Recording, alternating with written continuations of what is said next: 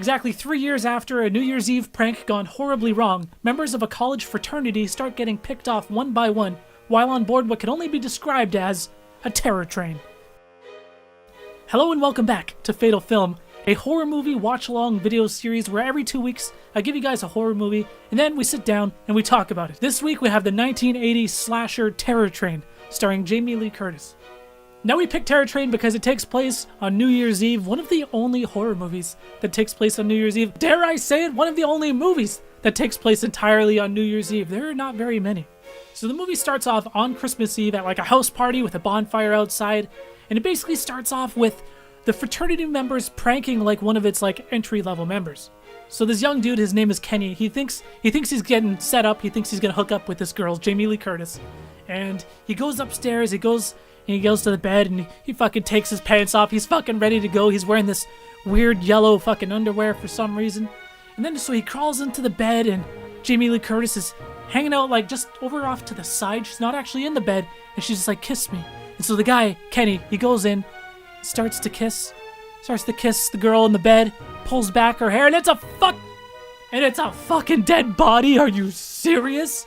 See, these are medical students, so they have access to cadavers or dead bodies. So they thought it would be a good prank to, set Kenny up thinking he's about to get some, but no, it's actually a cadaver. It is a fucking dead body. Its arms are all detached and shit. Ooh, what a sick prank. What a sick prank. Got him. Seriously, you gotta be some sort of fucking psychopath to think up a prank like this. Jesus Christ. So Kenny, he reacts, He reacts. He starts spinning around and gets himself wrapped up in the sheets. Clearly he's distraught. Clearly he did not like the prank. Jamie Lee Curtis, I think, because she's the main character, even though she was in on it, I don't think she quite knew the extent of the prank, so that's why, she's kind of still made out to be somewhat of a good guy, even though she was in on the prank. So freeze frame it and flash forward 3 years, New Year's Eve once again, and the fraternity is once again having another party, this time on board a train. And then while on board the train, members of the fraternity end up getting picked off by an unknown killer. I wonder who it could be. I wonder who it could be. Who would have the motive?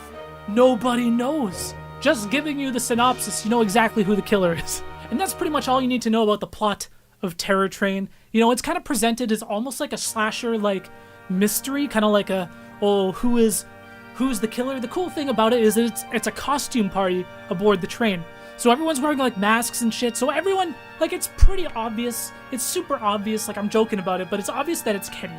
So it's definitely Kenny who got pranked 3 years before, but everyone's in masks, everyone's in costume, we don't know who Kenny is. And that's where the mystery is actually kind of fun and kind of clever. Because several times throughout the movie, the killer will end up taking the costume of the person he killed. So they'll be like, oh, have you seen so-and-so? And then they'll be like, yeah, I just saw him, even though that person is actually dead. So Jamie Lee Curtis is back in yet another slasher movie, I think in like 1980. How many fucking slasher movies did she do? All in 1980 was like, what, The Fog, Prom Night, and Terror Train. Like all in one single year. And then obviously she had Halloween like 2 years prior to that. So this was like the biggest year for her. She's got like some screams in this movie.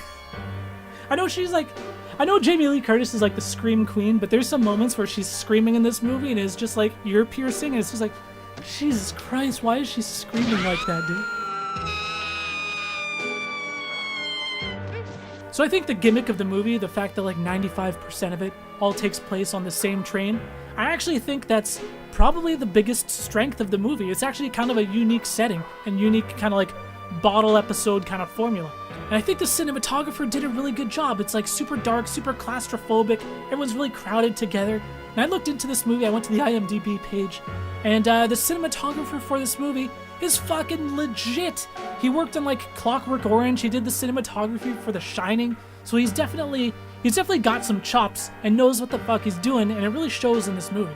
Like, the plot of the movie is super thin. Let's just get all these fucking teens on this train and kill them. The rest of it is kind of just like up to unique camera angles and suspenseful moments. There's a few jump scares in there with hands jumping out and shit. Another selling point in this movie is David Copperfield is in it. Get this, David Copperfield is in the movie playing a magician.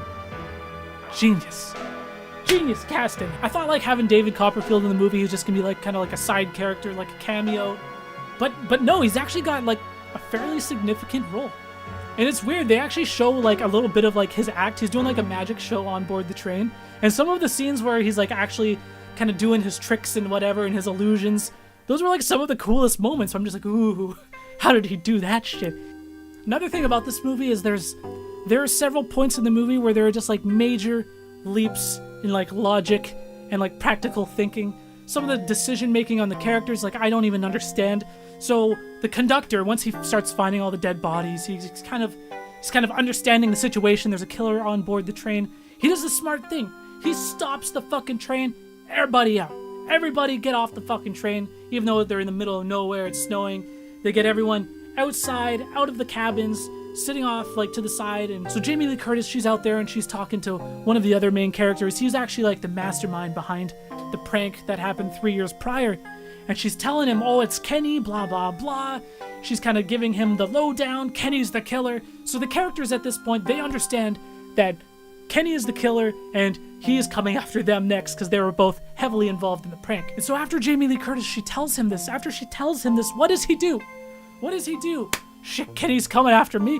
We're not safe out here with everybody else. We gotta get out of here. They run back onto the train. He's just like, we gotta get back on the train. We gotta get out of here. It's not safe. It's not safe. I'm just like, what? What are you doing? They were with everybody, and they decided to separate themselves and get back onto the train because they knew that Kenny was the killer and that he was coming after them. It makes no goddamn sense. This is what I'm talking about. Major leaps in logic. Then there was another point in the movie where they already knew it was Kenny. Kenny was the killer. But then they were like, who's he dressed up as? And they came to the conclusion that, oh, it must be the magician. It must be the magician. And I'm just like, wait, what? That doesn't make any goddamn sense. You know what Kenny looks like. The magician's face is exposed. You can see David Copperfield's face. So why do they think that he's the killer? Why did they think that he was the killer? Do they think like he was working with Kenny or something like that? They never really explain it.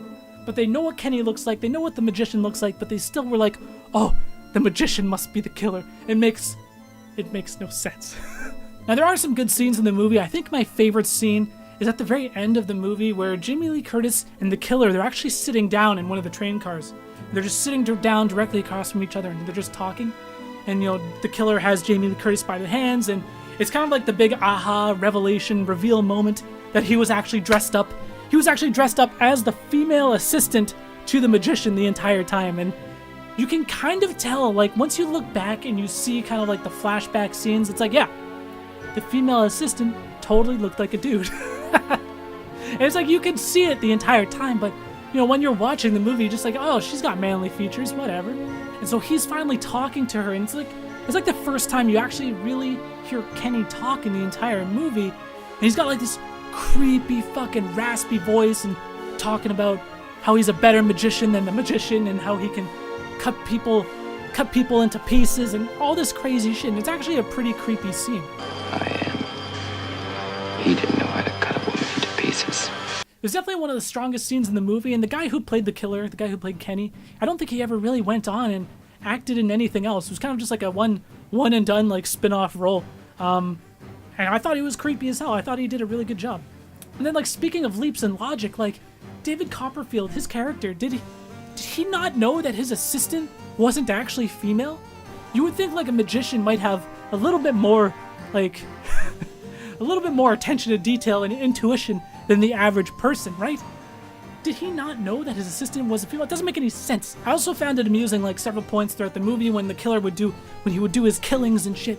He would just off these people with ease, no problem. He goes into like a bathroom and he kills one dude just like that, but just smashing his head against the glass, the mirror there. And then at the end of the film, once he goes and he's trying to kill Jamie Lee Curtis, he is having the hardest time.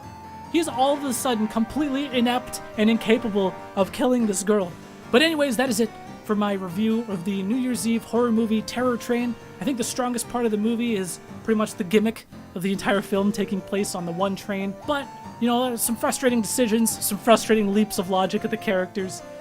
It's certainly not the best slasher movie of the 80s, and it's also definitely not the worst. I think it's like a good 6 out of 10. It's okay. Anyways, I hope you guys have a good, safe New Year's. We will see you in 2019 in the next Fatal Film episode. And do you know what? Next month is January 2019. It is Resident Evil month. Resident Evil 2, the video game remake, is coming out next month. So we're going to dedicate a whole month to nothing but Resident Evil retro runbacks and playthroughs and Fatal Film episodes. It's going to be so sick, and I am so excited to celebrate Resident Evil through the entire month of January. So, for the next episode of Fatal Film, we will be watching the original Resident Evil. Anyways, thank you so much for watching this video. Please hit that like button because it really does help this channel a lot, and I will see you guys next year. Peace out.